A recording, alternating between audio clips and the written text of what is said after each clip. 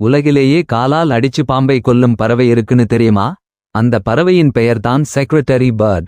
ஆப்பிரிக்காவின் திறந்த புல்வெளிகளில் வாழும் இந்த பறவை நீளமான கால்களும் கூர்மையான நகங்களும் கொண்ட ஒரு உண்மையான வேட்டையாளர். பாம்பு, எலி, பல்லி மாதிரி விஷம் உள்ள உயிரினங்களை கூட காலால் அடிச்சு சாய்க்கும் திறன் இதுக்கு இருக்கு. அதனால தான் இது பறவைகளின் போர்வீரன் என்று அழைக்கப்படுகிறது. இந்த பறவை வானில் பறப்பதை விட தரையில் நடந்து வேட்டையாடும் பறவை. ஒரு செக்ரெட்டரி பர்ட் வேட்டைக்கு போகும்போது மணிக்கு 30 கிலோமீட்டர் வரை நடந்து இரை தேடுது. இந்த பறவை கிட்டத்தட்ட 1.3 மீட்டர் உயரம் வரை வளரக்கூடியது.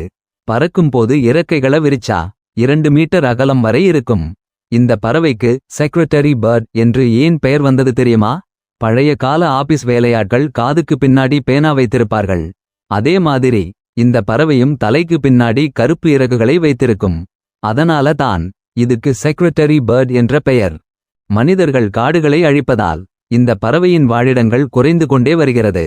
International union for conservation of nature, அதாவது உலகிலுள்ள விலங்குகள், பறவைகள், தாவரங்கள் அழிவின் ஆபத்தில் இருக்கிறதா இல்லையா என்று கண்காணிக்கிற ஒரு சர்வதேச அமைப்பு தான் IUCN.